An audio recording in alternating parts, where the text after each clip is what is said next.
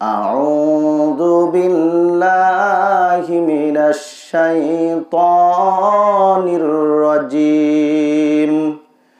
বিসমিল্লাহির রহমানির রহিম। ফাহাল আসাইতুম ইন তাওয়াল্লাইতুম আন তুফসিদু ফিল আরদি ওয়া তুকাত্তিউ আরহামাকুম উলাইকাল্লাযীনা লা'নাহুমুল্লাহু ফাসাম্মাহুম ওয়া আ'মা আবসারহুম। وقال الله تعالى أيضا والذين ينقضون عهد الله من بعد ميثاقه ويقطعون ما أمر الله به أن يوصل ويفسدون في الأرض أولئك لعنهم الله ولهم سوء الدار.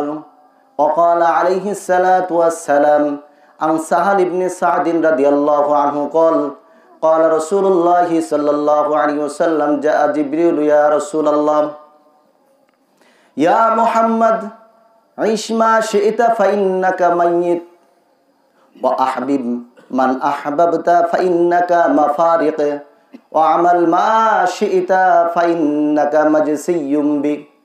يا محمد صلى الله عليه وسلم شرف المؤمنين قيام الليل وعزه استغناء عن الناس.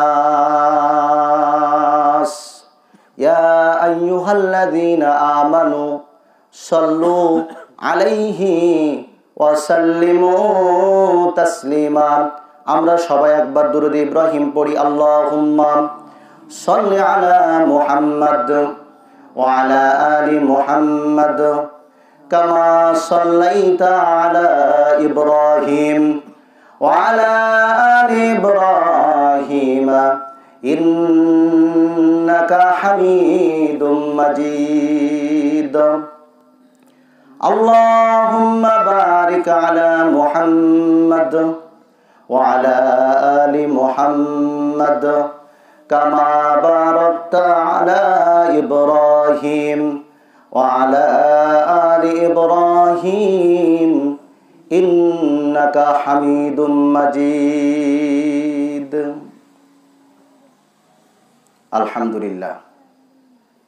হাদিসে আসছে যে রাসূল সাল্লাল্লাহু আলাইহি সাল্লাম বলেছেন, যে ব্যক্তি একবার দুরূদ ইব্রাহিম পড়ে আল্লাহ রাব্বুল আলামিন তার জন্য 10টা নেকি দেন, 10টা গুনাহ মাফ করে দেন এবং 10টি মর্যাদা উপনীত করেন, উন্নত করেন। সুবহানাল্লাহ।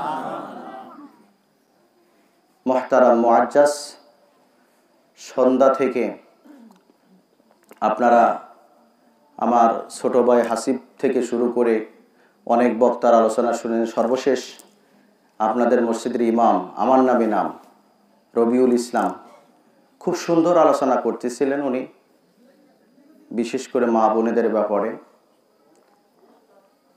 সামনে উপবিষ্ট আমার একান্ত প্রিয় দিনদার ইমানদার মুত্তাকি ভাই ও বাবারা, পর্দার আড়ালে মা বোনেরা, সবার প্রতি আমার আবারও সালাম। আসসালামু আলাইকুম ওয়া রাহমাতুল্লাহি ওয়া বারাকাতুহু। শুকরিয়া আদায় করি সেই মহান রব্বুল আলামিনের দরবারে, যে মহান রব্বুল আলামিন এই গ্রামে অসংখ্য মুসলমান থাকার পরেও কোরআন এবং সুন্নাহ থেকে আলোচনা হবে এখানে জানার পরেও বাড়িতে ঘুমিয়ে থেকে, অযথা চার দোকানে বসে থেকে আজে বাজে কাজে সময় নষ্ট করছে, কিন্তু এখানে আসতে পারিনি। আমাদেরকে আসার সুযোগ করে দিয়েছেন যে রব্বুল আলামিন আসমান জমিন তথা পৃথিবীর সমস্ত কিছুর মালিক, যার গুণগান করে শেষ করা যাবে না, রব্বুল আলামিন নিজেই বলেন, কুল্লাউ কাদাল বাহরু মিদাদাল লিকালিমাতি রব্বি লানাফিদাল বাহরু ক্বাবলা আন তানফাদা কালিমাতু রব্বি ওয়ালাউ জিনা বিমিসলিহি মাদাদা।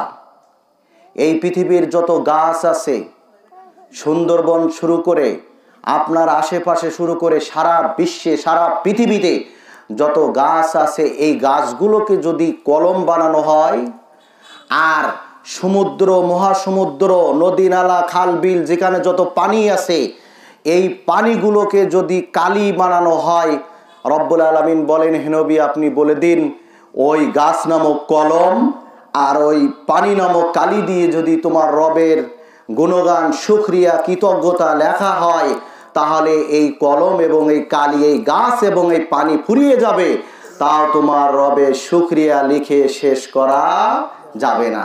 আলহামদুলিল্লাহ। সম্মানিত উপস্থিতি, সেই রবের প্রশংসা করি, আমরা সবাই বলি আলহামদুলিল্লাহ।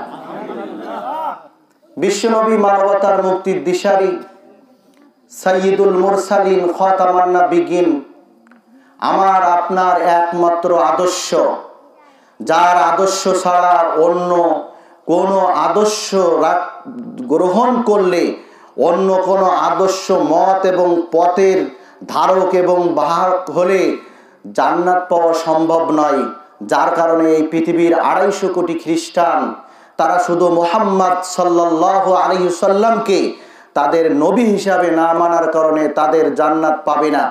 এই পৃথিবীর 100 কোটির বেশি হিন্দু, যারা বিশ্ব নবীকে আদর্শ হিসাবে গ্রহণ না করার কারণে তাদের জান্নাতে যাওয়া সম্ভব হবে না। এমনিভাবে বৌদ্ধ, খ্রিস্টান যারা আছে শুরু করে, এমনকি এই মুসলমানের ভিতরেও যারা বিশ্ব নবীর আদর্শকে নিজের আদর্শ হিসাবে, মতাদর্শ হিসাবে গ্রহণ করবে না, তাদেরও জান্নাতে যাওয়া হবে না। সেই নবীর প্রতি সংক্ষিপ্ত দুরূদ জ্ঞাপন করি, সাল্লাল্লাহু আলাইহি ওয়াসাল্লাম। সম্মানিত উপস্থিতি, আপনাদের বেশি সময় বিরক্ত করব না, তবে আমার অনুরোধ হলো, যতক্ষণ কথা বলবো, কোরআন হাদিস থেকে বলবো, ততক্ষণ পর্যন্ত মনোযোগ দিয়ে শুনে মুসা আলাইহিস সালাতু ওয়াস সালামের জাতির মতো না হয়ে, বিশ্বনবীর সাহাবীদের মতন হয়ে, মুসা আলাইহিস সালাতু ওয়াস সালাম যখন তার জাতির সামনে কোনো বক্তব্য পেশ করতেন, তারা বলতো সামিয়ানা ওয়া আসাইনা, শুনলাম কিন্তু মানলাম না। কিন্তু বিশ্বনবীর যারা সাহাবী ছিল, তাদের একটা অন্যরকম ছিল, তারা বলতো সামিয়ানা ওয়া আতানা, শুনলাম এবং মানলাম। আল্লাহ রাব্বুল আলামিন আজকে এই যে যতটুকু আলোচনা হয়েছে এবং সামনে হবে, আলোচনাগুলো যেন আমরা শুনি এবং আমরা সবাই মানতে পারি, আল্লাহ তাআলা সেই তৌফিক দান করুন, আমিন। সম্মানিত উপস্থিতি, খুব দুঃখজনক বিষয় হলো সত্য যে আজকে যদি এখানে একটা গানের প্যান্ডেল হতো, আর যদি কোনো ছোট, যার গান কেউ শোনে না এমন কেউ আসতো, এবং এখানে 2-1টা ঢোল ঢাকার বাড়ি বাজনা হতো, তাহলে এই জায়গায় জায়গা দেওয়ার কোনো উপায় ছিল না। দোকানপাট, মানুষ এখানে ভরে যেত। কিন্তু দুঃখজনক বিষয়, আজকে এখানে ফুটবল খেলার জন্য, বিশ্বকাপ দেখার জন্য যে মানুষগুলো একত্রিত হয়, আমরাও সেই পরিমাণ মানুষ একত্রিত হইনি। তার একটাই কারণ হলো এই, আমরা মনে করি, সন্দেহ পোষণ করি যে মৃত্যুর পরে কিছু হবে না হবে, যেটা হবে সেটা পরে হবে, এই চিন্তার মধ্যে আমরা বসবাস করি। নিশ্চিত ইয়াকিন বিশ্বাস যদি থাকতো যে মরার পরে আমার হিসাব হবে, পানিশমেন্টের ব্যবস্থা আছে, আর না হলে জান্নাতের ব্যবস্থা আছে, তাহলে আমরা এই অবস্থা আমাদের হতো না। অথচ আমাদের কিন্তু মৃত্যুর কথা আল্লাহ রাব্বুল আলামিন শোনায় দিয়েছেন। শুধু আমাদের না, বিশ্ব নবীকে বলছে, ইন্নাকা মাইয়িতুন ওয়া ইন্নাহুম মাইয়িতুন, হে নবী, তারাও মরবে, আপনিও মরবেন। শুধু তাই নয়, যে হাদিসটা আমি পেশ করেছিলাম, সাহাল ইবনে সাদ রাদিয়াল্লাহু আনহু থেকে বর্ণিত, যা জিবরিল আলাইহিস সালাতু ওয়াস সালাম, বিশ্ব নবীকে জিবরিল আমিনকে পাঠিয়ে আল্লাহ সুবহানাহু ওয়া তাআলা মৃত্যুর কথা স্মরণ করে দিলেন, যেটা আমরা ভুলে গেছি, ভুলে আসি, এই জন্য বাড়িতে শুয়ে আছি, রাস্তাঘাটে ঘোরাফেরা করছি, কিন্তু কোরআন হাদিসের কথা শোনার জন্য আসছি না। বললেন যে জিবরিল আলাইহিস সালাতু ওয়াস সালাম, জিবরিল আলাইহিস সালাতু ওয়াস সালাম আসলেন, বললেন, ইয়া রাসূলুল্লাহ, ইয়া মুহাম্মদ সাল্লাল্লাহু আলাইহি ওয়াসাল্লাম, ইমাল মা শিতা ফাইন্নাকা মাইয়িত, আপনি যেমন খুশি জীবন যাপন করুন, কোনো সমস্যা নেই, কিন্তু শুনে রাখেন আপনার মৃত্যুবরণ করতে হবে। বেঁচে থাকতে পারবেন না ৬০০ বছর, আল্লাহর কাছে আপনাকে ধরা দিতে হবে। ওয়া আহবিব মান আহবাবতা ফাইন্নাকা মাফারিক। আর আপনি যার সাথে খুশি বন্ধুত্ব করুন, কিন্তু মনে রাখুন আপনার বন্ধু ছেড়ে চলে যেতে হবে। আশেপাশে কত মানুষের সাথে আপনি ঘুরেছেন, সবাই কি আছে? চোখ বুজে দেখেন সবাই কি হয়েছে?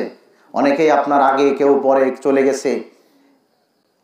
রাসূল সাল্লাল্লাহু আলাইহি সাল্লামকে আল্লাহ রাব্বুল আলামিন বললেন, ওয়া আহবিব মান আহবাবতা ফাইন্নাকা মাফারিক। আপনি যার সাথে খুশি বন্ধুত্ব করুন, কিন্তু মনে রাখুন আপনি তাকে ছেড়ে চলে যাবেন।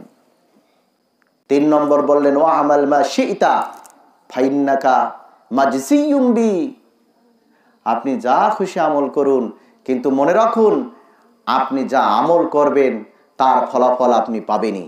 পৃথিবীতে পাবেন, না হলে পরকালীন জীবনে পাবেন, কোনো মাপ নেই, পেতেই হবে।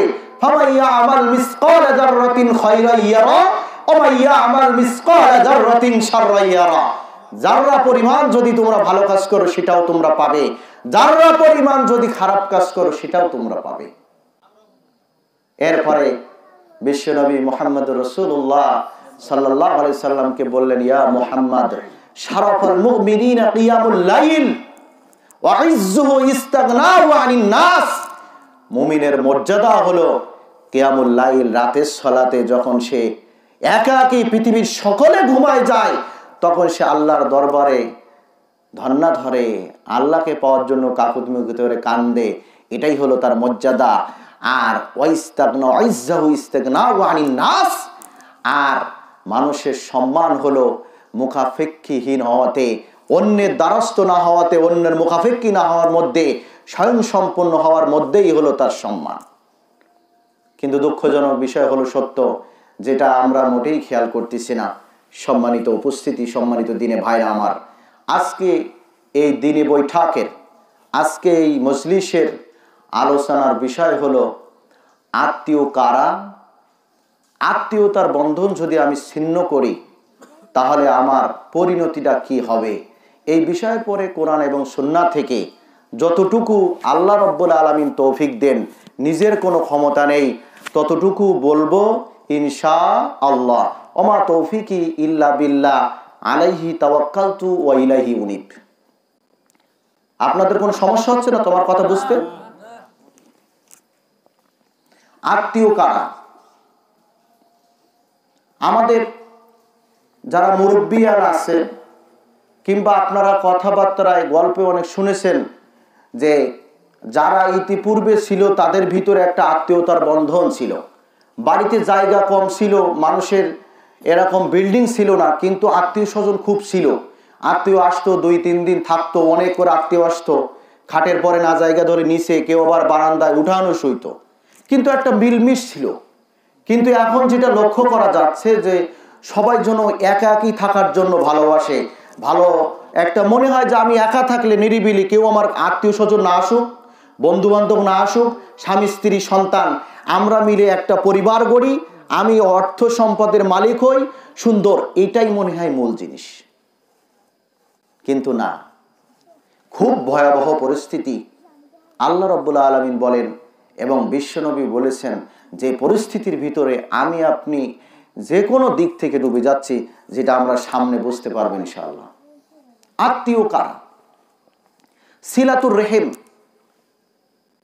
এটা হলো 2 প্রকার। একটা হলো আম, ব্যাপকভাবে, আর একটা হলো খাস, নির্দিষ্টভাবে। আমভাবে কারা আত্মীয়? ইন্নামাল মুমিনুনা ইখওয়াতুন। আল্লাহ রাব্বুল আলামিন বলেন এই সারা বিশ্বের যত মানুষ আছে পরস্পর সবাই সবার আত্মীয়। এই আত্মীয়র কি দাম, কত মর্যাদা! নোমান ইবনে বাশির রাদিয়াল্লাহু আনহু বলেন, রাসূল সাল্লাল্লাহু আলাইহি ওয়াসাল্লাম বলেছেন, তারাল মুমিনিনা ফি তারাহিমিহিম ওয়া তুওয়াদ্দিহিম ওয়া তাআতুফিহিম কামাসালিল জাসাদ। হে মুহাম্মদ সাল্লাল্লাহু আলাইহি ওয়াসাল্লাম, তুমি ঈমানদারদেরকে দেখবে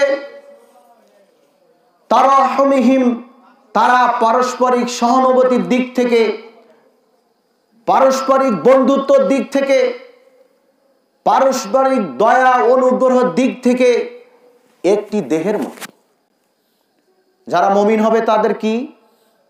তাদেরকে তুমি দেখবে তারা পারস্পরিক সহানুভূতিশীল দিক থেকে, পারস্পরিক বন্ধুত্বর দিক থেকে, পারস্পরিক দয়া অনুগ্রহ দিক থেকে একটি দেহের মতো। ইদিশতাকা উদওয়ান তাদাউনাহু সাইরু আমালিহি। দেহের কোনো অংশে, দেহের কোনো অঙ্গে যেমন অসুস্থ হলে তার সেই অসুস্থতার কারণে বিসাহারি ওয়াল হুম্মা, সমস্ত শরীর বিরুদ্র হয়, সমস্ত শরীর জ্বরে আক্রান্ত হয়। তার মানে কি? তার মানে হলো এই পায়ে যদি আপনার একটা কুনি বসে, পায়ে যদি আপনার আঘাত পান, তাহলে চোখ এ কথা বলে না যে পায়ের সমস্যা হয়েছে, আমার কি, আমি ঠিক মতন ঘুমাই। ঘুমাবে না চোখ। চোখ বলবে না সে এখন কষ্টে আছে, ব্যথা, তোমার ঘুমানোর দরকার নেই। সমস্ত শরীর ব্যথা হবে, জ্বর এসে যাবে, কিন্তু আপনার হাতের, কানের, মাথার, চোখের কারোর তো সমস্যা হয়নি, সমস্যা হয়েছে পায়। রাসূল সাল্লাল্লাহু আলাইহি সাল্লাম বললেন মুমিন হবে এমন, সিরিয়ার মুসলিম, আফগানিস্তানের মুসলিম, মায়ানমারের মুসলিম, বাংলাদেশে আমার গ্রাম না অন্য গ্রামের মুসলিম, যে যেখানে থাকুক না কেন, কারোর যখন কোনো সমস্যা হবে, এই ঝাউবাদার মুসলিমের মনের ভিতরে ওই রকম কষ্ট লাগবে যেমনি ভাবে পায়ের কোনো ক্ষতি হলে চোখ বিনের দ্বারায় যায়, ঘুম যায় না, জেগে থাকে, শরীরে জ্বর এসে যায়, ঠিক যদি তেমনই হয় তাহলে তুমি মনে করবা সে মুমিন, সে ঈমানদার। সুবহানাল্লাহ। দেখছেন, এটা হলো আমভাবে, ব্যাপকভাবে। শুধু তাই নয়, রাসূল সাল্লাল্লাহু আলাইহি সাল্লাম আরো বলেন, নোমান ইবনে বাশির রাদিয়াল্লাহু আনহু বর্ণনা করেন যে রাসূল সাল্লাল্লাহু আলাইহি ওয়াসাল্লাম বলেছেন, আল মুমিনুনা কারাজুলিন ওয়াহিদিন ইনিশতাকা আইনাহু ইশতাকা কুল্লু ওয়া ইনিশতাকা রাসুহু ইশতাকা কুল্লু। নোমান ইবনে বাশির রাদিয়াল্লাহু আনহু বলেন যে রাসূল সাল্লাল্লাহু আলাইহি ওয়াসাল্লাম বলেছেন, তারাল মুমিনিনা আল মুমিনুনা কারাজুলিন ওয়াহিদিন। পৃথিবীর যত মুমিন আছে, পৃথিবীর যত ঈমানদার ব্যক্তি আছে, এই সব ব্যক্তিগুলো একটি দেহের মতো, একটি মানুষের মতো। ইনিশতাকা আইনাহু ইশতাকা কুল্লু। যখন তার চোখে কোনো সমস্যা হয় তখন তার সমস্ত শরীরে সমস্যা হয়। যার সাক্ষী আমি আপনি, চোখে যখন চোখ ওঠে কিংবা কোনো প্রবলেম হয়, আপনি তখন সিজদা দিতে পারবেন না, সমস্ত শরীর কি হবে? ব্যথা হবে। ইনিশতাকা আইনাহু ইশতাকা কুল্লু ওয়া ইনিশতাকা রাসুহু ইশতাকা কুল্লু। আর যখন তার মাথার ভিতরে কোনো বেদনা হয়, মাথার যন্ত্রণা হয়, তখন তার মনে হয় এই শুধু মাথা যন্ত্রণা না, সমস্ত শরীরের ভিতরে তার এই যন্ত্রণা শুরু হয়ে গেছে। রাসূল সাল্লাল্লাহু আলাইহি ওয়াসাল্লাম বললেন, ঠিকভাবে এমনি ভাবে পৃথিবীর সমস্ত মুমিন একে অপরের সাথে এমন, অন্যের কষ্ট হলে আমার কষ্ট হবে, অন্যের যদি ভালো লাগে আমার ভালো লাগবে, অন্যের যদি সুখ হয় আমার সুখ হবে, অন্যের যদি দুঃখ হয় আমার দুঃখ হবে।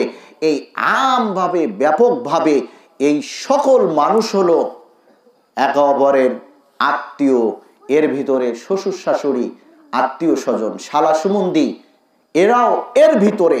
এদের কষ্টের লাঘব করা, এদের ব্যথায় ব্যতীত হওয়া আপনার আমার দায়িত্ব। এটা হলো আমভাবে আত্মীয়। মনে রাখবেন, আত্মীয়তার সম্পর্কে আমি বলতে চেষ্টা করতেছি বুঝাইবার। শুধু তাই না, এই জন্য আবু হুরায়রা রাদিয়াল্লাহু আনহু থেকে বর্ণিত, রাসূল সাল্লাল্লাহু আলাইহি ওয়াসাল্লাম বললেন, আল মুসলিমু আখুল মুসলিম লা ইয়াজলিমুহু ওয়ালা ইয়াখযুলুহু ওয়ালা ইয়াহকুরুহু আত-তাকওয়া হাহুনা। রাসূল সাল্লাল্লাহু আলাইহি ওয়াসাল্লাম বললেন, এক মুসলিম অপর মুসলিমের ভাই। আগে বলেছিলেন দেহের মতো, তারপরে বললেন চোখ, মাথা। এখন বলছেন আল মুসলিম ও আখুল মুসলিম, এক মুসলিম অপর মুসলিমের ভাই, একটি দেহের মতো, যেহেতু লা ইয়াজলিমুহু, সে তার সাথে জুলুম করতে পারে না। ওয়ালা ইয়াখজুলু ওয়ালা ইয়াহকিরু, তার মানহানি করতে পারে না, তাকে অপমান অপদস্থ করতে পারে না। এক মুসলিম অপর মুসলিমের ভাই, সুতরাং এক ভাই আর এক ভাইকে অপমানিত করতে পারে না, লজ্জিত করতে পারে না, নিন্দিত করতে পারে না, জুলুম করতে পারে না। আত্তাকওয়া হা হুনা, আত্তাকওয়া হা হুনা, আত্তাকওয়া হা হুনা, এভাবে তিনি তিনবার বুকের দিকে দেখে বললেন যে তাকওয়া এখানে, আল্লাহ ভীতি এখানে, আল্লাহ ভীতি এখানে। সম্মানিত দিনে ভাই, সম্মানিত উপস্থিতি, মাইকের আওয়াজ যতদূর যাচ্ছে সবাইকে এটাই বলতে চাই যে আমভাবে পৃথিবীর সকল মুসলিম একে অপরের ভাই, একে অপরের বন্ধু, সকল মুসলিম একে অপরের সাথে জড়িত। কিন্তু এটা আমরা আজকে ভুলে গেছি। যখন কেউ কারোর মারে আমরা খুব আনন্দ পাই যে আমার তো না, অমুকের মারছে, মারুক। তাহলে আপনি মনে করেন আপনার ঈমান নেই। ঈমান যদি থাকে তাহলে আপনার কোনো ভাইকে যেখানে পিটানো হোক, আপনার অন্তত পক্ষে কিছু না করলেও অন্তত পক্ষে যেন মনে হয় যে এই দোয়াটুকু করে আল্লাহ তুমি তাকে রক্ষা করো। এতটুকু যদি আপনার মনে না হয়, খুশি লাগে, অমুককে ফাঁসি দেয় দিক, অমুককে হত্যা করে করুক, অমুকের মারছে মারুক, তাতে আপনার কোনো যায় আসে না, আপনার তো কেউ কিছু করে না, তাহলে বুঝতে হবে আপনার ঈমান নেই। ঈমানদারের এমন হতে পারে না। এক নম্বর, আমভাবে পৃথিবীর সকল মুমিন, সকল মুসলিম ভাই ভাই। নাম্বার দুই, খাস। খাস মানে নির্দিষ্ট। এই সিলাতুর রেহেম, এই সিলাতুর রেহেম শব্দটি হলো, রেহেম শব্দের অর্থ হলো জরায়ু। জরায়ুর সাথে যাদের সম্পর্কিত তারাই হলো মূল আত্মীয়। জরায়ু মানে কি? মার রেহেম, মায়ের গর্ভ থেকে যারা আসে, বাবার সম্পৃক্ততায় যারা আসে, তারাই হলো মূলত সিলাতুর রেহেম, তারাই হলো মূল আত্মীয়। এই আত্মীয়তার সম্পর্ক যদি আপনি ছিন্ন করেন, লা ইয়াদখুলুল জান্নাতা কাতিউন, রাসূল সাল্লাল্লাহু আলাইহি ওয়াসাল্লাম বলেছেন ওই ব্যক্তি জান্নাতে প্রবেশ করবে না। শাহ বিন বাজ রাহিমাহুল্লাহকে জিজ্ঞাসা করা হয়েছিল, মান হুমুর রেহেম, আত্মীয় কারা? কারা আত্মীয়? কাদের সাথে সম্পর্ক ছিন্ন করলে আমার জাহান্নাম, কাদের সাথে ছিন্ন করলে আমি ক্ষতিগ্রস্ত হব? শাহ বিন বাজ রাহিমাহুল্লাহ বলেছিলেন যে হুমুল আকারিবু মিনাল উম্মি ও আকারিবু মিনাল আবি, মায়ের দিক থেকে আর বাবার দিক থেকে সবচাইতে যারা নিকটতম তারাই হলো তোমার সিলাতুর রেহেম, তারাই হলো তোমার আত্মীয়। তিনি আরো বললেন, ওয়াল আউলাদ ওয়া আউলাদুল আউলাদি ওয়া বানাতুল আউলাদ, সন্তান সন্ততি, সন্তান সন্ততির সন্তান সন্ততি, তারা হলো তোমার আত্মীয়, তারাই হলো সিলাতুর রেহেম। তিনি আরো বলেছেন, ওয়াল আখওয়াত ওয়াল আখওয়াতিল আখি, তোমার ভাই, তোমার ভাইয়ের সন্তানাদি, এরাই হলো মূলত আত্মীয়। এদের সাথে যদি তুমি সম্পর্ক ছিন্ন করো তাহলে লা ইয়াদখুলুল জান্নাহ, আল্লাহ রাব্বুল আলামিন তোমাকে জান্নাতে দিবেন না। তাহলে এখন কোথায় গেলাম আমরা? মায়ের সাথে হলো মা, মার বোন খালা, মার ভাই মামু, তাহলে খালাতো ভাই, মামাতো ভাই, মায়ের সাথে সম্পর্ক যা আছে তারাই হলো আপনার মূল আত্মীয়। এরপরে আসুন বাবা, বাবার ভাই, বাবার বাবা, দাদা, দাদার ভাই, তাহলে যদি আসেন বাবা, বাবার ভাই চাচা, চাচাতো ভাই, বাবার বোন ফুফু, ফুফাতো ভাই, ফুফাতো বোন, তারাই হলো আত্মীয়। মূল আত্মীয় হলো তারাই। কিন্তু দুঃখজনক বিষয় হলো সত্য, এই আত্মীয়র কি আমরা এখন খোঁজখবর রাখি? কোথায় বাল্য জীবনে বন্ধুর সাথে মিশেছিল, বান্ধবী ছিল স্কুলের জীবনে, যে তাকে দাওয়াত করে খাওয়ায়, কিন্তু প্রতিবেশী একেবারে নাকের ডোকায় সেন্ট পায়, বিরানি পলোয়ার, চাচতো ভাই, মামাতো ভাই, ফুফাতো ভাই, আপনজন মার আত্মীয় যারা আছে, এমনকি মাও সেই দাওয়াতে পায় না, তারা আত্মীয় থাকে না। তারা আত্মীয় থাকে না। অথচ রাসূল সাল্লাল্লাহু আলাইহি সাল্লামের কাছে জিজ্ঞাসা করা হলো, মান আবাররু, হে আল্লাহর নবী, আমার কাছে সবচাইতে ভালো ব্যবহার পাওয়ার, উত্তম ব্যবহার পাওয়ার, সবচেয়ে উত্তম ব্যবহার আমার কাছ থেকে কে পাইতে পারে? রাসূল সাল্লাল্লাহু আলাইহি সাল্লাম বলেন, উম্মুকা, তোমার মা। সুম্মা মান, তারপরে কি? উম্মুকা, তোমার মা। সুম্মা মান, তারপর কে? বললেন উম্মুকা, তোমার মা। তিনবার মা, এরপরে বললেন আবিকা, তোমার বাবা। সুম্মাল আকরাব ওয়াল আকরাব, এরপরে তোমার বাবার যে নিকটতম, সবচেয়ে নিকটতম যে, সেই হলো তোমার আত্মীয়, সেই হলো ভালো সম্মান পাওয়ার, মর্যাদা পাওয়ার অধিকারী, সেই তোমার কাছে সবচেয়ে। অপর এক হাদিসে জিজ্ঞাসা করলেন, মান হাক্কু বিহুসনি সাহাবাতি, হে আল্লাহর রাসূল, আমার কাছে সবচাইতে সুন্দর ব্যবহার পাওয়ার অধিকার কে রাখে? বললেন উম্মুকা, তোমার মা। সুম্মা মান কল, তারপরে কি? বললেন উম্মুকা, তোমার মা। এরপরে সুম্মা মান, তারপরে কি? বলেন উম্মুকা, তোমার মা। এরপরে তোমার মা। সুম্মা আবাকা, তোমার বাবা। সুম্মা আদনাকা, সুম্মা আদনাকা, এরপরে তার যে নিকটবর্তী তারাই হলো তোমার আত্মীয়। কিন্তু আমরা কোথায়? দুঃখজনক বিষয়, মসজিদে থাকার সুবাদে আজ দেখতে পাই, মারা আফসোস করে কাঁদতে কাঁদতে আসে, ছেলে বিয়ে শাদী করার আগে বাপ মাই হলো তার জীবনের সবকিছু, আর বিয়ে করার পরে শ্বশুরলাই, বউ হলো পৃথিবীর সবচাইতে আপন। মিষ্টি এনে চুরি চুরি করে ঘরের ভিতরে ঢাকে, মা থাকে কামরায়, মার কোনো খোঁজ খবর নেয় না। মিষ্টি এনে ঘরে ঢুকে চুরি চুরি করে নিজের বউ, নিজের সন্তানকে খাওয়ায়। এই হলো আমাদের এখন আমাদের স্বভাব চরিত্র। আপন আত্মীয় কে? সবচাইতে নিকটতম আত্মীয় কে?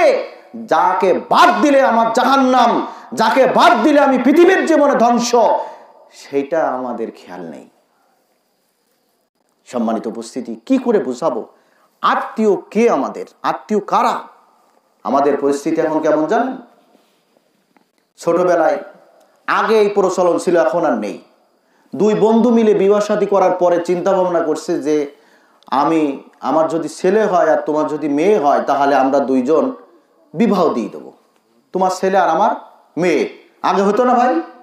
আগে এরকম নিয়ম ছিল, গল্পে শুনেছি, আমি দেখিনি, গল্পে শুনেছি। তা এখন সত্যি সত্যি ছেলে মেয়ে হওয়ার পরে বিয়ে শাদী দিয়ে দিছে, চলাফেরা করতে শিখছে, প্যান্ট পরে বেড়ায়। মেয়েটা মাঠের দিক গেছে, দুই তিনজন মিলে, ছেলেটার সাথে, ছেলেটা অনেক দূরে দেখছে। তা মেয়েটার বান্ধবী বলছে, দেখ তোর বর আসছে, ওর সাথে তোর বিয়ে। তখন মেয়েটা চিন্তা করতেছে, শুনছে যে স্বামী আসলে মাথায় কাপড় দেওয়া লাগে, স্বামী আসলে কি করতে হয়? মাথায় কাপড় দিতে হয়। তখন প্যান্টটা খুলে মাথায় বাঁধছে। প্যান্টটা খুলে কোথায় বাঁধছে? মাথায় বাঁধছে। আমাদের অবস্থা আজকে তাই, প্যান্ট খুলে মাথায় বাঁধার মতন অবস্থা। যে আত্মীয় আমার কোনো আত্মীয় না, যাদের সাথে ভালো ব্যবহার করার কথা বলা হয়েছে, যাদেরকে সম্পর্ক ছিন্ন করলে আমার জাহান্নাম হবে না, তারাই হলো আমার আত্মীয়, মূল আত্মীয়। শ্বশুর শাশুড়ি, আত্মীয় স্বজন, বন্ধু বান্ধব, কোথার কে যার সাথে একদিন দেখা হয়েছিল, বিদেশে ছিলাম একসাথে, তারাই হলো আমার আত্মীয়। আপন চাচাতো ভাই, মামাতো ভাই, ফুফাতো ভাই, নিজের বাবা মা, ভাই বোন, এরা আমার আত্মীয় না। এদের কোনো খোঁজ খবর নেই, তাদের নিয়ে আমরা পার্টি করি, সব করি। রাসূল সাল্লাল্লাহু আলাইহি ওয়াসাল্লাম বললেন, এদের পরিস্থিতি হলো ওই মেয়ের মতো। তারা প্যান্ট খুলে ফরজটা বাদ দিয়ে নফলটা নিয়ে টানাটানি করতেছে। আমি বলি না আপনি শ্বশুর শাশুড়ির সাথে খারাপ ব্যবহার করেন, সেই জন্য আগেই বলে নিছি। আমি বলি না আপনি আপনার বন্ধু বান্ধবীর সাথে খারাপ ব্যবহার করেন, কিন্তু আপন আত্মীয়, পিতামাতা, আপন আত্মীয়, নিজের ভাই বোন দীর্ঘদিন কথা বলে না, আমার খুব গর্বের সাথে বলে, আমার চাচাতো ভাইয়ের সাথে আজ 10 বছর কোনো কথা বলি না, আমার কোনো যায় আসে না, মরি দেখো একটু কি হয়। হাজী সাহেব নামাজ পড়ে, আবার নিজের ভাইয়ের সাথে কথা বলে না, নিজের ভাইস্তাগের খোঁজ খবর রাখে না। নিজে যদি জমিও বিক্রি করে, নিজের ভাইয়ের কাছে করবে না, পাড়া প্রতিবেশীর কাছে করবে। আবার এসে নামাজ পড়বে, কবর ঢুকবে, আজ হজি। হ্যাঁ, মরার পরে রাসূল সাল্লাল্লাহু আলাইহি সাল্লাম বলছেন, আল্লাহ রাব্বুল আলামিন বলেন, ফাহাল আসাইতুম ইন তাওয়াল্লাইতুম, সূরা মুহাম্মদ 22-23, আন তুফসিদু ফিল আরদি ওয়া তুকাত্তিউ আরহামাকুম উলাইকা আল্লাযীনা লাআনাহুমুল্লাহু ফাসাম্মাহুম ওয়া আমা আবসারাহুম। আল্লাহ বলেন, সম্ভবত তোমরা যদি ক্ষমতায় অধিষ্ঠিত হও তাহলে ফিতনা ফাসাদ সৃষ্টি করবে। এটা একটা বাস্তব সত্যি। যখনই মানুষের কিছুই থাকে না, ক্ষমতা থাকে না, তখন দেখবেন এক ভাব। আর যখনই কোনো জায়গায় একটু ক্ষমতা পেয়ে যায় তখন যেন হাঁটার সময় এমন এমন করে, মানে মনে আর কি একটা হয়ে গেছে। আল্লাহ বলছে, ফাহাল আসাইতুম ইন তাওয়াল্লাইতুম আন তুফসিদু ফিল আরদ। সম্ভবত তোমরা ক্ষমতা অধিষ্ঠিত হতে পারলে কি করবে? পৃথিবীতে তোমরা ফিতনা ফাসাদ সৃষ্টি করবে। দ্বিতীয় নম্বর কাজ কি করবে? ওয়া তুকাত্তিউ আরহামাকুম, এবং তোমরা আত্মীয়তার বন্ধন ছিন্ন করবে। মানুষ যখন গরিব থাকে, অভাব অনটন থাকে, সবাইকে চেনে। আর যখনই অর্থনীতি এসে যায়, যখনই ক্ষমতা এসে যায়, তখনই আর আত্মীয় স্বজন কারণ মূল্যায়ন করতে চায় না। মনে করে আমার সবাই মূল্যায়ন করবে, আমি আবার কার মূল্যায়ন করব? আল্লাহ বলছেন এটা তোমরা করবা, শাস্তি আছে। ওয়া তুকাত্তিউ আরহামাকুম, আল্লাহ বলছে উলাইকাল্লাযীনা লাআনাহুমুল্লাহ ফাসাম্মাহুম ওয়া আমা আবসারাহুম। আল্লাহ রাব্বুল আলামিন তাদেরকে অভিশপ্ত করেছেন, বধির করেন, তাদেরকেই করবেন অন্ধ। আল্লাহ তাআলার পক্ষ থেকে অভিশাপ তাদের জন্য। তাদেরকে আল্লাহ তাআলা অভিশাপ দেন, তাদেরকে বধির করেন, অন্ধ করেন। আপনি যতই ভালো কথা বলেন ওর কাছে ওইটা লাগবে খারাপ, আর যত খারাপ তার কাছে ভালো। যত বলবেন ডানি তত যাবে বাই, যত বলবেন বাই তত আসবে ডানি। সবসময় উল্টা করবে। আল্লাহ রাব্বুল আলামিন বলেন আমি তাকে বধির করে দিয়েছি, সে অন্ধ, ভালো আর দেখবে না। আল্লাহর অভিশাপে সে অভিশপ্ত, কারণ সে আত্মীয়তার বন্ধন নষ্ট করেছে এবং ক্ষমতার দাপটে সে ফিতনা ফাসাদ সৃষ্টি করেছে। যেখানে যা লাগানোর দরকার না সেই জায়গায় আন্দাজ আর একটা লাগাই দিয়ে মানুষের খেলা দেখে, রহস্য দেখে। শুধু তাই নয়, আল্লাহ রাব্বুল আলামিন সূরা রাদের 25 নম্বর আয়াতে বলেন ওয়াল্লাযীনা ইয়ানকুযুনা আহদাল্লাহ মিন বাদি মিসাকিহি ওয়া ইয়াকতাউনা মা আমারাল্লাহু বিহি আইয়ুসালা ওয়া ইফসিদুনা ফিল আরদ উলাইকা লাআনাহুম সুদার। আল্লাহ বলেন যারা আল্লাহর সাথে দেওয়া দৃঢ় অঙ্গীকারকে ভঙ্গ করে। আল্লাহ রাব্বুল আলামিন যে সম্পর্ক অটুট রাখার কথা বলেছেন, যে সম্পর্ক বজায় রাখার কথা বলেছেন, সেই সম্পর্ক ছিন্ন করে। ইয়ানকুযুনা আহদাল্লাহ মিন বাদি মিসাকি ইয়াকতাউনা মা আমারাল্লাহু বিহি আইয়ুসালা ওয়া ইফসিদুনা ফিল আরদ। আর জমিনে ফিতনা ফাসাদ সৃষ্টি করে। আল্লাহ রাব্বুল আলামিন তাদেরকে অভিশপ্ত করেছেন এবং তাদের থাকার জায়গা হবে জাহান্নাম। সম্মানিত উপস্থিতি, সম্মানিত দিনে ভাইরা আমার, আজকে আমরা আত্মীয় স্বজনের ব্যাপারটা একেবারে ভুলে গেছি। আত্মীয় যে আমার কি কাজে লাগবে, আত্মীয় ব্যাপারটা যে খুবই গুরুতর, এটা আমাদের ব্রেন থেকে উঠে গেছে। অথচ রাসূল সাল্লাল্লাহু আলাইহি সাল্লাম বললেন 3 শ্রেণীর মানুষ জাহান্নামে যাবে। 3 শ্রেণীর মানুষ, ভালো করে শুনেন। সালাসাতুল লা ইয়াদখুলুল জান্নাহ। আবু মুসা রাদিয়াল্লাহু আনহু হাদিসটা বর্ণনা করেছেন।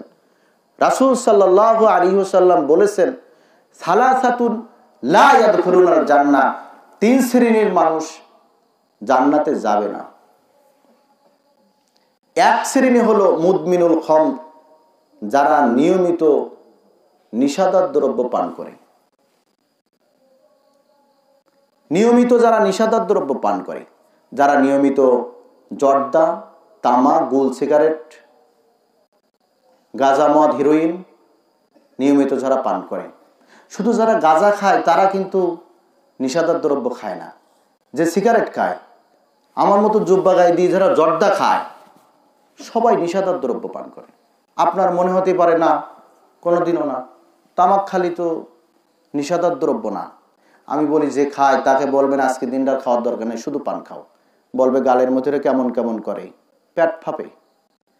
যে গুল দিয়ে দাঁত ঘষে, বলে দাঁতের সমস্যা কেটে যায়, এটা হলো নেশা।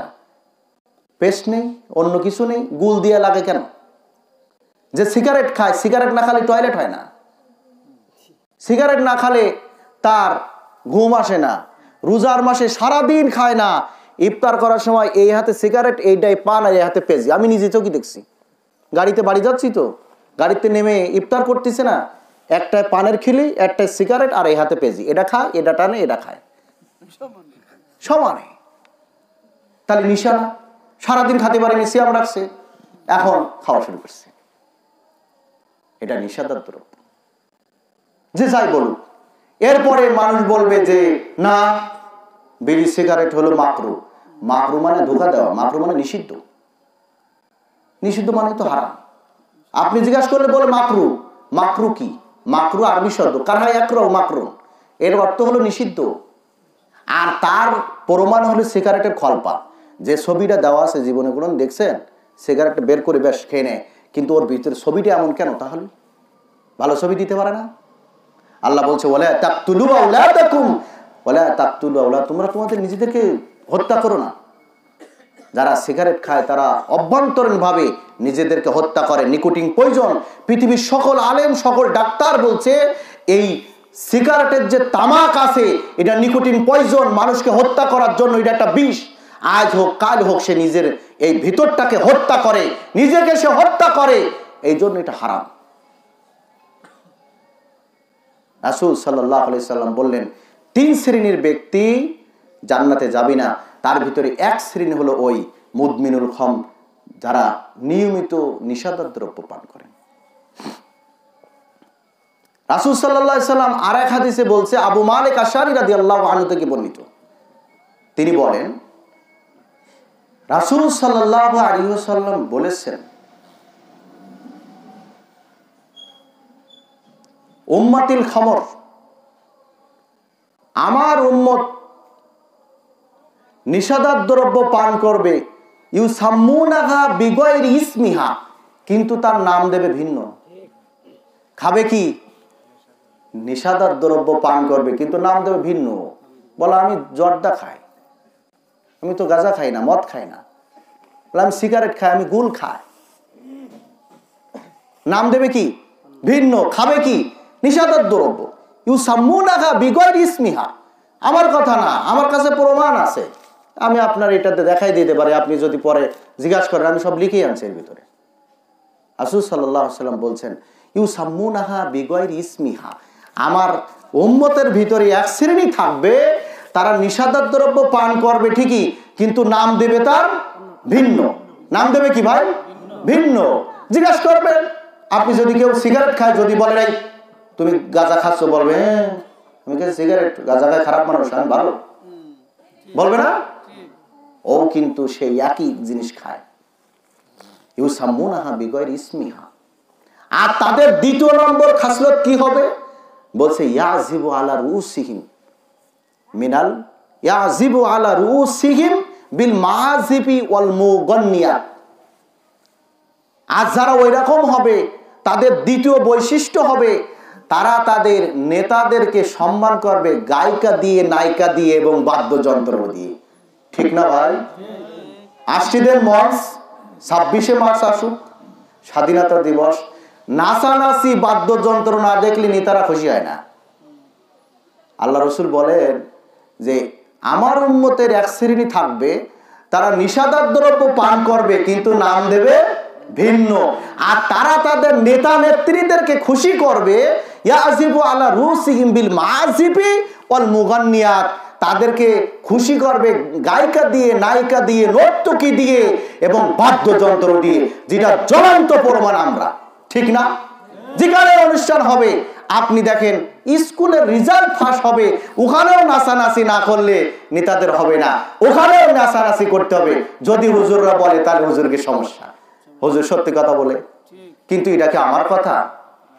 বিশ্বনবীর কথা, তাহলে তুমি তাকে গিয়ে ধরো। এবার বিশ্বনবী বললেন খুব খারাপ অবস্থা হবে, ইয়াকসিবু বিহুমুল আরদা ওয়া ইয়াজআলু মিনহুমুল কিরাদাতা ওয়াল খানাজির। রাসূল সাল্লাল্লাহু আলাইহি সাল্লাম বললেন, এই দুই খাসলতের মানুষ যারা হবে, নিয়মিত গুল জর্দা, তামাক, গাঁজা, হেরোইন, আফিন যারা এই নিষাদার দ্রব্য পান করবে আর যারা তাদের নায়ক নেতাদেরকে গায়িকা বাদ্যযন্ত্র দিয়ে তাদেরকে সম্মান জানাবে, তাদের পরে আল্লাহ রাব্বুল আলামিনের পক্ষ থেকে দুইটা গজব নাজিল হবে। একটা হলো ইয়াকসিবু বিহুল আরদ, তাদেরকে ভূমিকম্পর মাধ্যমে আল্লাহ তাআলা ধসিয়ে দিবেন। নাউজুবিল্লাহ মিন যালিক। এক নম্বর কি হবে? কি হবে ভাই? ভূমিকম্প দেবে আল্লাহ রাব্বুল আলামিন। বিশ্বাস করেন আগের চাইতে আমাদের দেশে ভূমিকম্প বেশি হয় না? বেশি হয়।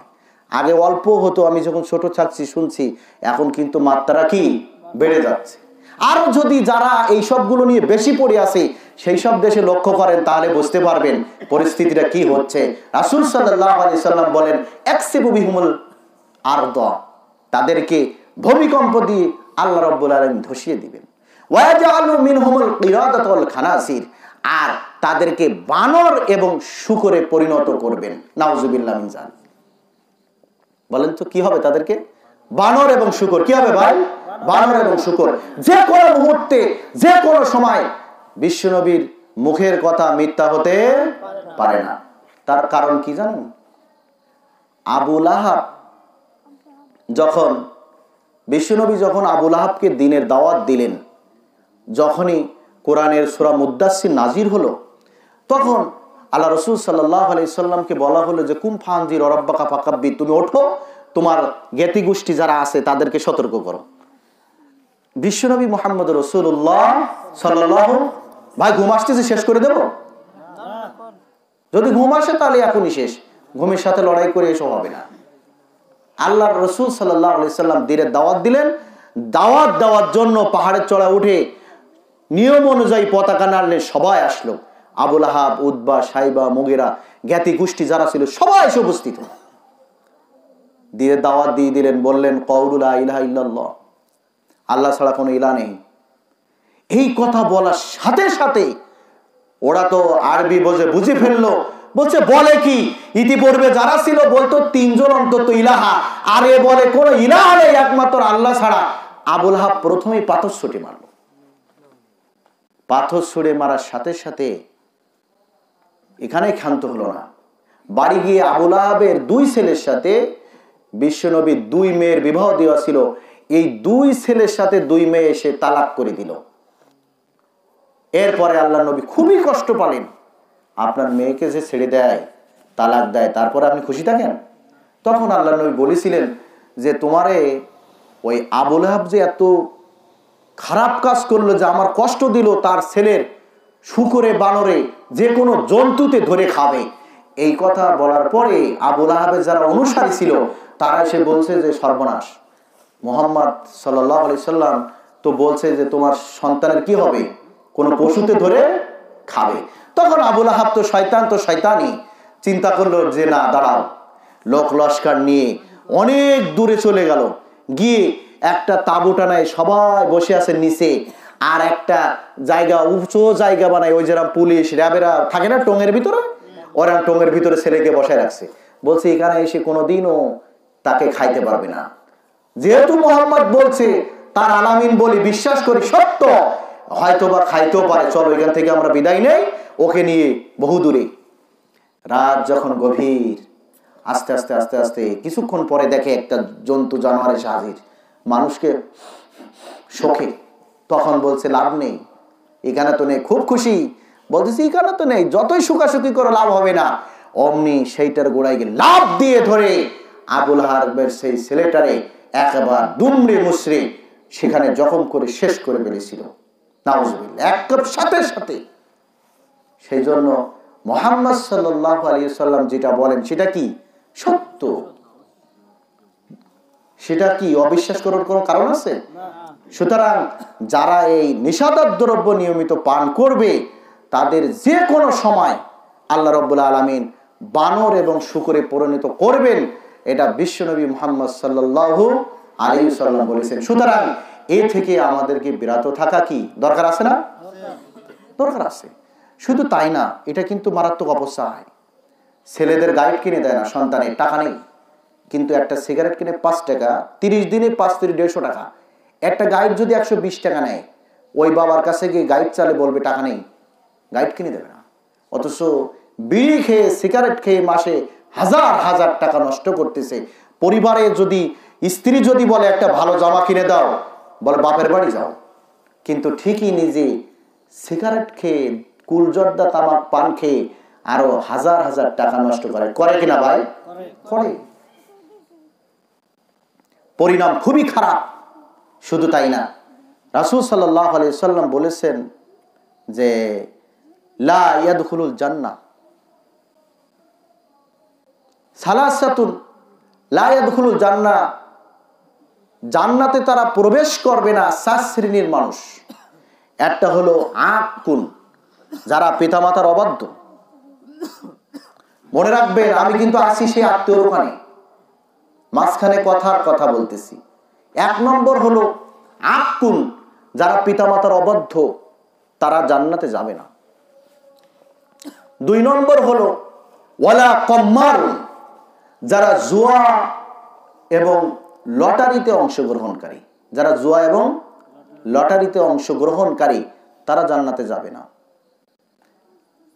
জুয়া এবং লটারি, এখন তো জুয়া খেলা, এই বিশ্বকাপ খেলা, এটা জুয়া খেলা না ভাই? হ্যাঁ,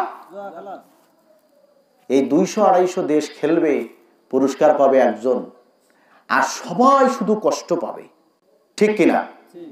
এটা একটা জুয়া খেলা। কৌশলে ইহুদি খ্রিস্টানরা আমাদের ঈমানকে ধ্বংস করছে। আমরা খুব নাচানাচি করতেছি। খুব আফসোস হলো আজকে একটা ভিডিও দেখে, যে আর্জেন্টিনার পতাকা ওই কারেন্টের খুঁটির ওখানে উঁচায় লাগাতে গিয়ে আগুনে ঝলসে গেছে, মারা যাইতেছে, ছটফট করতেছে। বলেন তো আল্লাহর কাছে কি হিসাব দেবে? আর্জেন্টিনা কি মুসলমানের বন্ধু? মুসলমানের বন্ধু? আরে জাতি আজ বোঝে না। এই খেলা নিয়ে রাত জাগে, 3টার সময় খেলা হয়, হল্লার কারণে ঘুম পড়ার কোনো উপায় নেই। এই খেলা যারা দেখে তারাও মুসলমান। মরার পরে আবার তাদেরকে বলা হয় বিসমিল্লাহি ওয়া আলা মিল্লাতি রাসূলুল্লাহ, আল্লাহর নামে রসুলের কাছে কি করলাম? সুপর্দ করে তোলাম। কিন্তু দুনিয়ায় থাকতে সাপোর্টার ছিল কার? আর্জেন্টিনার। তাহলে বিসমিল্লাহি ওয়া আলা মিল্লাতি আর্জেন্টিনা বলা দরকার না? সেটাই তো বলা দরকার। বিসমিল্লাহি ওয়া আলা মিল্লাতি ব্রাজিল, তাহলে বলি বিসমিল্লাহি ওয়া আলা মিল্লাতি। দুনিয়ায় বেঁচে থাকতে আর মরার পরে আর এ কি ধরনের কাজ কারবার? মুসলমান রাসূল সাল্লাল্লাহু আলাইহি ওয়াসাল্লাম বলেন ওয়ালা কম্মারুন, যারা জুয়া এবং লটারির সাথে সম্পৃক্ত তারা জান্নাতে যাবে না। ওয়ালা মান্নানুন, যারা উপকার করে খোটা দেয়। উপকার করছে ছোটবেলায়, বড় হয়ে যখন কথা শুনবেন না, বলবে তোর বাপের যদি আমি 2 কেজি চাউল না কিনে দিতাম, সেই সময় তুই মরে যাতিস। আছে না ভাই? রাসূল সাল্লাল্লাহু আলাইহি ওয়াসাল্লাম বললেন যারা এমনটি করবে ওরা জান্নাতে যাবে না। উপকার করার মালিক তুমি। আল্লাহ যদি তোমার ক্ষমতা না দিত, পারতে? ক্ষমতার মালিক কে? আল্লাহ দিয়েছেন। তাই আমরা তো আল্লাহুল গনি ওয়া আনতুমুল ফুকারা, আল্লাহ বলছে আমি ধনী, তোমরা সবাই ফকির। ঠিক। ওয়ালা মান্নানুন। আর 3 নম্বর হলো সেই ব্যক্তি যে উপকার করে খোটা দেয়, ওই ব্যক্তি জাহান্নামে যাবে, ওই ব্যক্তি জান্নাতে যাবে না। 4 নম্বর হলো মুদমিনুল খামস, নিয়মিত নিশাদার দ্রব্য পানকারী জান্নাতে যাবে না। দেখছেন সমাজে আজকে রন্ধ্রে রন্ধ্রে যুব সমাজ ধ্বংস হয়ে যাচ্ছে। এই নিশায় পড়ে বাবা মার চেনে না, আত্মীয় স্বজন চেনে না, স্ত্রী চেনে না, ধ্বংস হয়ে যাচ্ছে।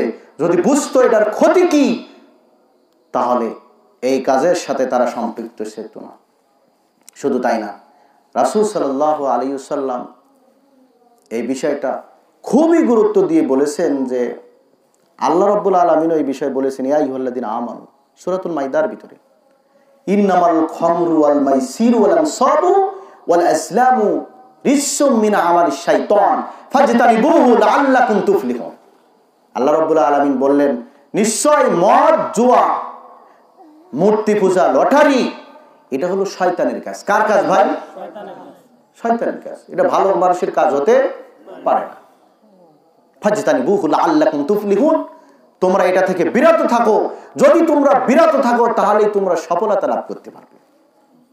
ইন্নামা ইউরিদুশ শাইতান আইয়ুকিয়া বাইনাকুমুল আদাওয়াতা ওয়াল বাগদা ফিল খামরি ওয়াল মাইসির ওয়া ইয়াসুদ্দাকুম আন যিকরিল্লাহি ওয়া আনিস সালাহ ফাহাল আনতুম মুনতাহুন।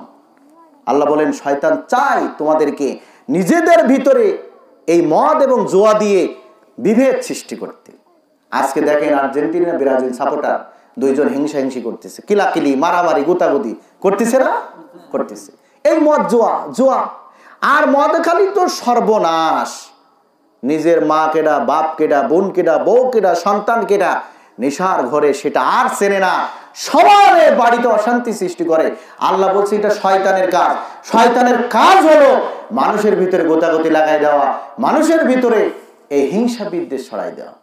2 নম্বর কাজ হলো তোমার আন যিকরিল্লাহ, আল্লাহ জিকির থেকে সরানো। যারা খেলা যখন মানুষ দেখে কিংবা খেলা করে তখন হুঁশ থাকে না। তখন কি থাকে না? হুঁশ থাকে না, আল্লাহর কথা স্মরণ নেই। আজান হচ্ছে, মশায় যদি কামড়ায় ছিঁড়ে ফেলে চিন্তা করে গোল কখন হবে, ওইটা মশা পড়ে, কোনো হুঁশ থাকে না। বিশেষ নয়, আপনি দেখেন, নিজে পরীক্ষা করে। আল্লাহ বলছে আন যিকরিল্লাহি ওয়া আনিস সালাহ, আর সালাত থেকে বিমুখ রাখে। যত মানুষ রাত জেগে খেলা করে ওই সময় যদি কেউ মারা যায়, জানাজা পড়তে অত মানুষ আসবে না। আসবে ভাই? আসবে না, বলবে মরিকে যাক, সমস্যা কি? কারণ খেলাটাই মূল্যায়ন বেশি, জানাজা সালাত পড়তে আসবে না। আর এমনি সালাত তো ধার ধারবে না। 3টার সময় খেলা দেখে, ফজরের নামাজ পড়তে আসে? জামাতে অনেক লোক হয়, হ্যাঁ অনেক লোক হয় না জানাজা? মাঝে মাঝে ইমাম সাহেব একলা পড়ে। ইমাম সাহেব কি করে? কারণ বাচ্চারার তো এখন কোনো উপায় নেই, কেউ তো আসবে না, জোর করতে ধরে আনার উপায় নেই।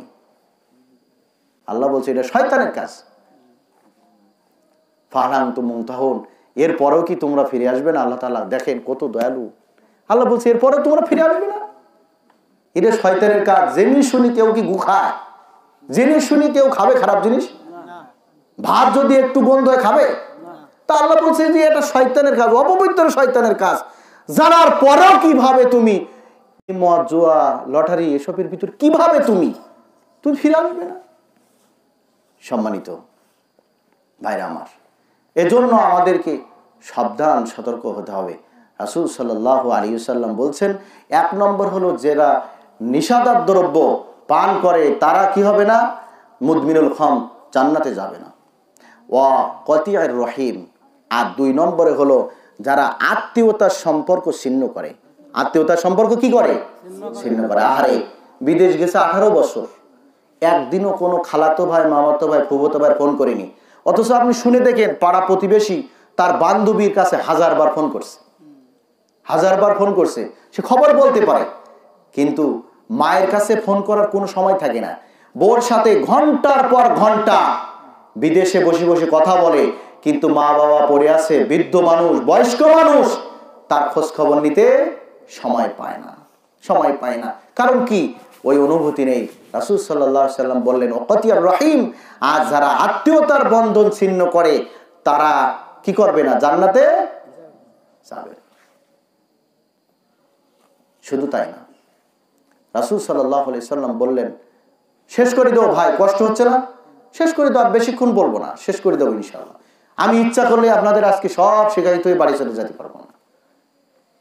রাসূল সাল্লাল্লাহু আলাইহি সাল্লাম বললেন মা মিন মুআজ্জালিন, রাসূল সাল্লাল্লাহু আলাইহি সাল্লাম বললেন যে কিয়ামতের দিন আল্লাহ রাব্বুল আলামিন কয়েক শ্রেণীর মানুষ জাহান্নামে যাবে।